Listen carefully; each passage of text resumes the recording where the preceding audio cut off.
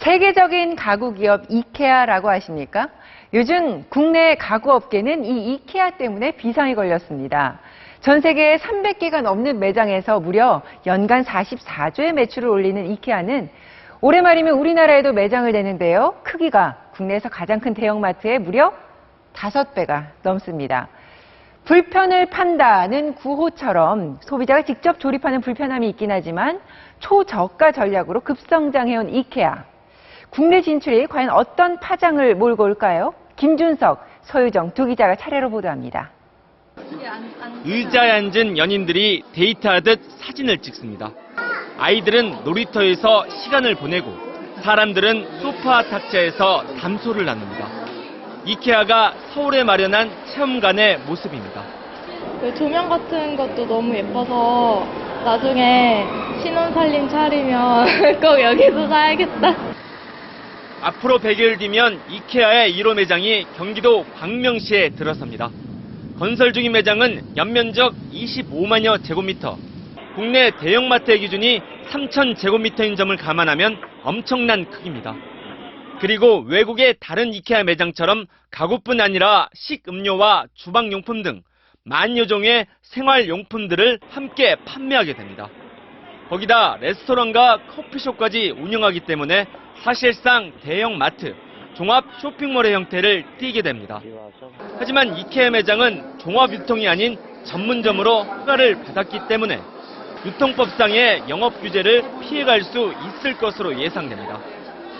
다시 말해 국내 대형마트들이 받고 있는 의무 휴무제 같은 규제에서 자유롭다는 얘기인데 형평성에 문제가 있다는 지적이 나오고 있습니다.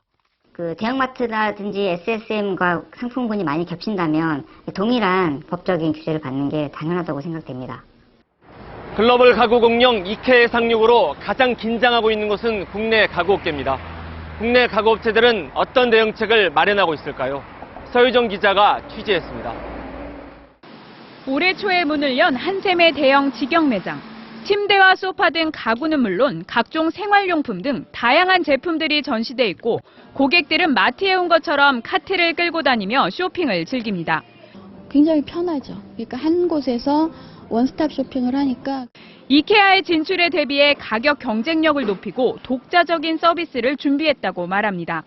몇몇 종류는 그 이케아 가격에 맞춰서 내고 거기에 이제 가지고 있는 서비스 역량을 플러스 시켜서. 역시 대형 매장을 잇따라 열고 있는 현대 리바트는 차별화된 품질 등 고급화 전략을 내세우고 있습니다. 친환경 자재 사용량을 확대해서 제품 신뢰도를 높이는 게 가장 첫 번째고요. 문제는 국내 가구 시장의 70-80%를 차지하고 있는 중소 영세업체들. 이런 업체들 대부분은 유명 브랜드의 상표권을 사서 라벨만 붙이는 방식으로 제품을 생산하고 있는 실정입니다.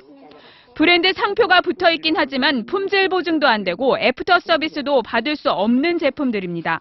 대부분이 열악하고 상당히 제조 환경도 기반이 아주 약하기 때문에 경쟁력이 상당히 떨어지고 있습니다. 따라서 중소가구업체들은 이케아의 공세에 결정적인 타격을 받게 될 것이란 우려가 나오고 있습니다.